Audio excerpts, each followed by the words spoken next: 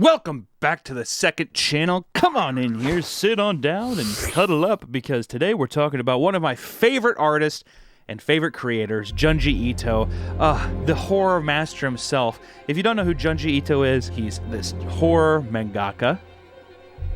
He is a horror anime creator that has been making short, Lovecraftian kind of abomination, body horror, psychological horror short stories for 30 years, maybe by this point. He's a legend in his own right. And today we're going to be talking about the anime adaptation called the Junji Ito Collection, which was the cartoon or anime adaptation of his beautiful comics and short stories.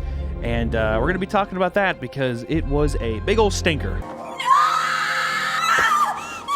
It was lifeless. It was everything that you could have done wrong with his stuff. And it's a shame. And I wanted to dive more into this right after the sponsor. Raid Shadow Legends! With over 600 champions to collect and upgrade, endless artifacts to find, and billions of different teams to try out, Raid Shadow Legends has endless content to explore. So let's crack open some shards and see if we can't build the greatest goddamn raid team of all time. Yeah! Whoa! I like his shield. This guy's definitely going in there. I like him. Whoa! Finally, I found a person that looks just like me. Oh, what an ugly man. I'm never gonna use you. I don't like you. But fear not. No champion is useless, as you can sacrifice them to other champions to level them up.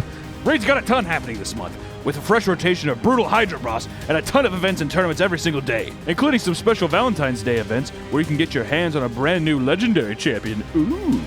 And if you click my link in the description or scan my QR code here on the screen, you'll get cool bonuses. We're talking free epic champion, Aina, 200k silver, 1 energy refill, and 1 XP boost, and 1 ancient shard so you can summon awesome champions as soon as you get in the game.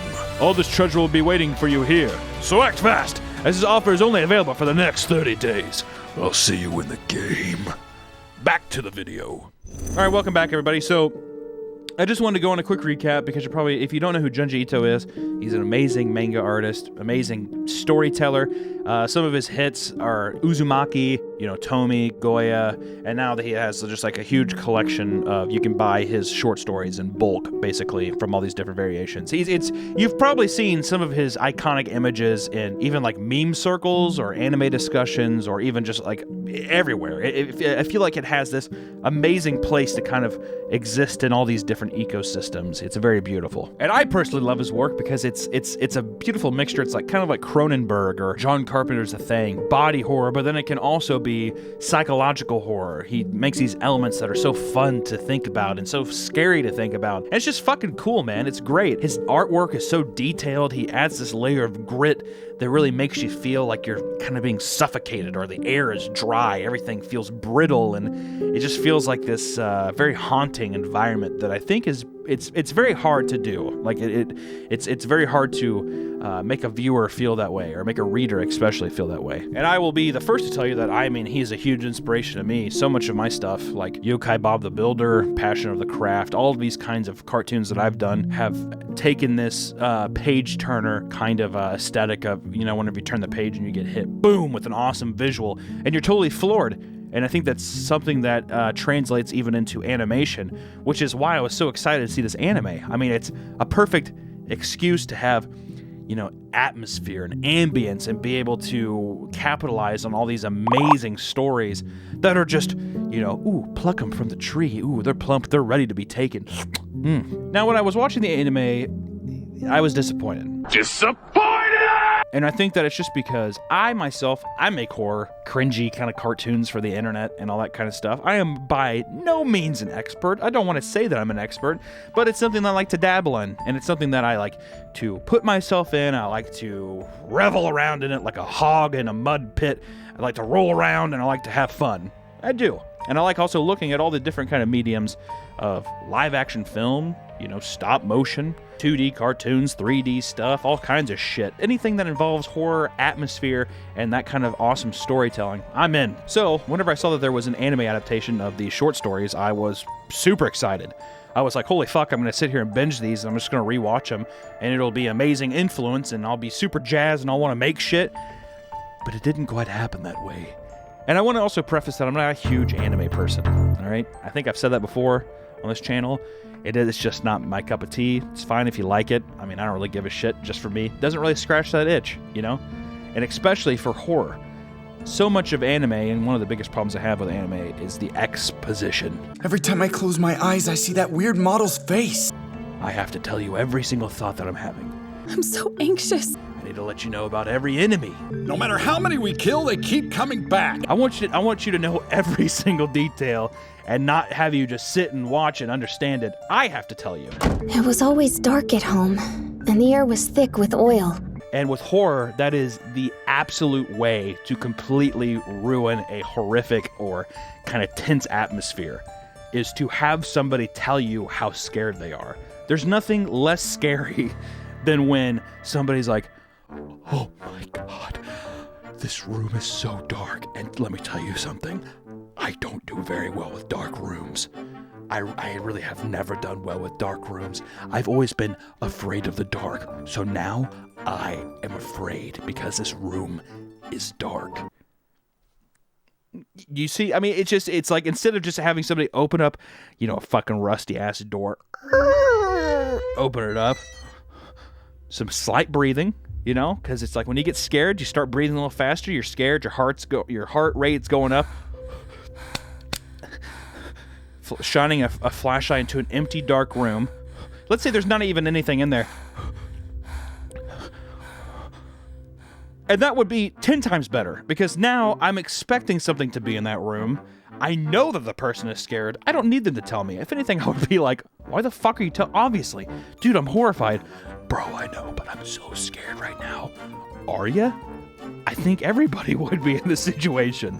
But that's the thing about horror that I want to just preface before getting into this, is that it's about experience and it's about sensation. It's about atmosphere. When I watch a horror film, I want to feel like I understand the story. I want to be captivated by it. As a viewer, I want to be like, oh shit, it would suck to go through that. Or, holy fuck, I have never thought about that and that's horrifying. I want to be transported to a place that is disgusting or horrifying or vile, and I want to feel like I'm a part of the world. And that just doesn't really come through with this anime adaptation, which is the number one point that I want to say so far, which is why the anime fails and why the manga succeeds. Junji Ito has an incredible way of building tension through his art. When looking at the manga and his drawings, I like reading what the viewer is thinking, because in this format that is single pictures, it's nice feeling like, okay, they're talking while they're walking, you know, it gives you more of a reason to kind of have a character describe things, because you're not with them, it's a still image. What he does very well is builds a beautiful story in such a short period of time,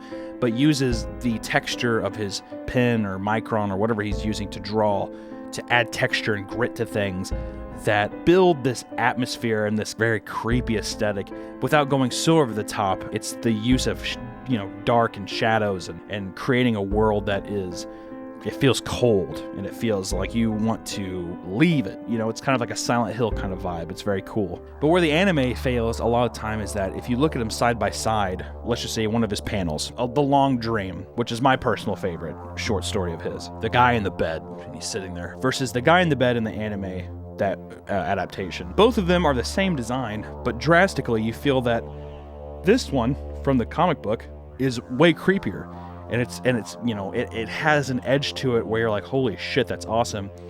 Versus the anime one feels very flat. And it's like, why is that? Why does it feel that way? And it's because we lose all of that texture and that like emotion and that atmosphere from his book. It's lost in translation. And I find that a lot with this anime series, which makes it so disappointing. Because as it is, anime is incredibly cheap. It's like it's an abused market. Animators are, holy shit, to be an animator in like Japan or Korea or something like that would be horrible. It's not a lucrative job. It's very demanding and hard. And compared to Western shows, like I think an episode of Family Guy cost about $2 million to make, and an entire series, like I think an entire season of like Demon Slayer cost $2 million. So to put that into perspective of like some of the intense animation you see in that show, they're spending and they're using all that budget on a whole fucking season of what is it, Japan's highest grossing film of all time. They give it that. So if you just see, it's like, how do you use these things in your advantage? And the beautiful thing about the Junji Ito books is that it's not action-packed. You don't need to have dudes flipping around and flying and ching, chang, chang, ching, ching, ching. It's supposed to be swords. That's probably racist. You don't have the guys flying around throwing shuriken and katanas and shooting energy blasts and stuff. It's like putting those assets to where it would have been cool to see, which is like just like a beautiful walk cycle of a girl that's maybe walking home from work or something, or she's walking home and she's afraid. But it's a beautiful walk cycle, and it's elegant, and the atmosphere of her footsteps going down an alleyway kind of slightly echoing as it hits all the corners of the stone passageway that she's walking through. And then just like a very subtle, beautiful piece of music behind it is so much more impactful than just copy and pasting over, all these assets and being like, oh, that's all we need. That's the heart and soul of it. It's just not the case. And that's like another bummer too with some of these amazing pages like The Long Dream or, all these other iconic, like the Grease short story or the super iconic picture of the brother popping all of his pimples on his face at once. And it's this like cheesy fountain of fucking pus and disgusting pimple popping. And in the show, I noticed that every time we had one of those iconic page turns, I think they tried to harken back with that, and they tried to make it like true to the comics, but it wasn't animated. So they're stills. So they're trying to recapture that iconic image, but they're just like, it needs to be exactly like, not moving. It needs to kind of like resemble that iconic image. But it's not as entertaining looking, and it's flat and lifeless. And it's like, if you have the option to, and you can't have this scene come to life, I want to see those little grapes of pus and shit explode out and drizzle down slowly like a soft serve ice cream machine onto that girl's face or something. Like you want to see that stuff, and it's like having a big old, it's like having like a 10-pound bag of ice put on your cock and balls. It's just so numbing, and it's so disheartening because you're just like, oh, we could have had it all. But I definitely want to talk about to go into specifics of these anime adaptations. So I was watching, I think there's 13 episodes in total, and there are 3 short horror stories by him that are in the anime adaptation. Not all of my favorite stories are there, but these are some of my favorite that are just super fun. The Long Dream, Grease, and Slug Girl.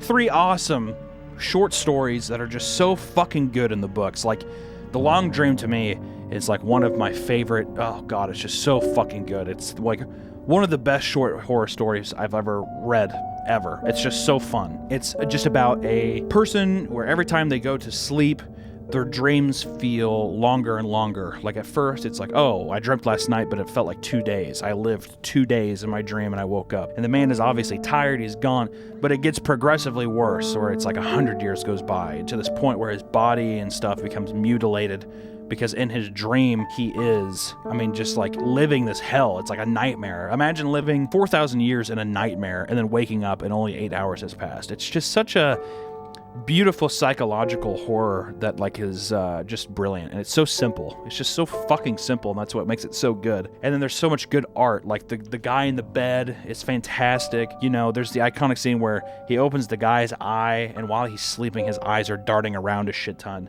But then you look at the anime adaptation of it, and I'll play some a little clips from here or there of it just to kind of show the delivery of what's wrong with it. There's no atmosphere.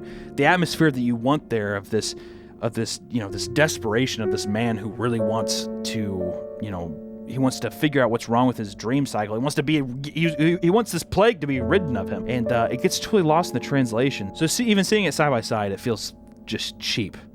But the use of color and everything doesn't feel inspired. It feels kind of flat, and it feels kind of like it just feels lifeless in a weird way, and not in a way that adds to the horror. Instead, it like takes away from the horror and takes away from the art, which is unfortunate because it's just such a classic, iconic story. And just moving on to that same thing with Grease. Grease, once again, incredibly simple and amazing. It's about a girl who lives in this house above like a market or something, and there's just grease in the air. And then her brother, who's like kind of a bully, he's like this little incel dickhead. He just drinks vegetable oil and he gets all these pimples and shit. And there's some cannibalism in the story and stuff. But the iconic shot is of the pimples getting popped and drizzling on her face. and it is so fucking disgusting. It's so gross. I have a poster of it at my house. It is amazing. It is a great way of just being, how can you make something that's already gross 10 times just more fucking vile and putrid? It makes you want to gag.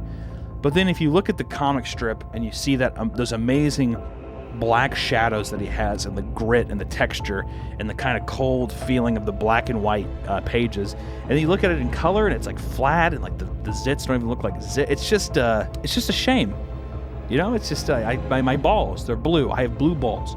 Looks like somebody took a bat to my balls because they're black and blue right now. It's disgusting. And then finally, I guess just as the last one, a very, very short one called Slug Girl, which the premise is just that these people have slugs outside their house. The girl's freaking out because one day she wakes up and her tongue is a slug. So what do? They put her in a salt bath, her body shrinks, and then the slug uses her head as a shell. You know what I mean? Isn't that good?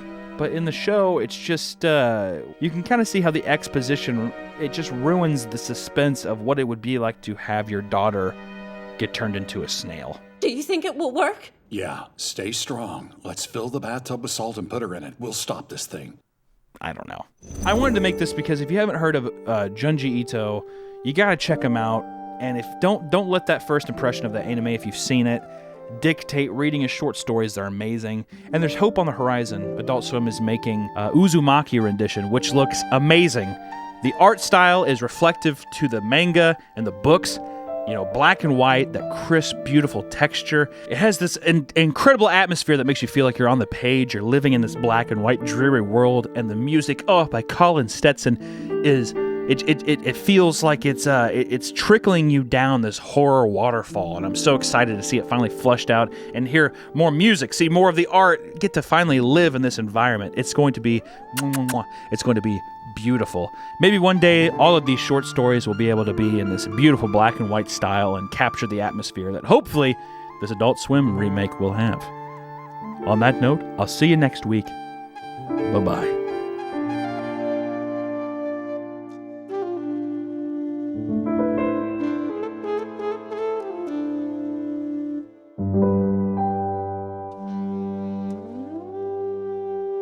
Thank you.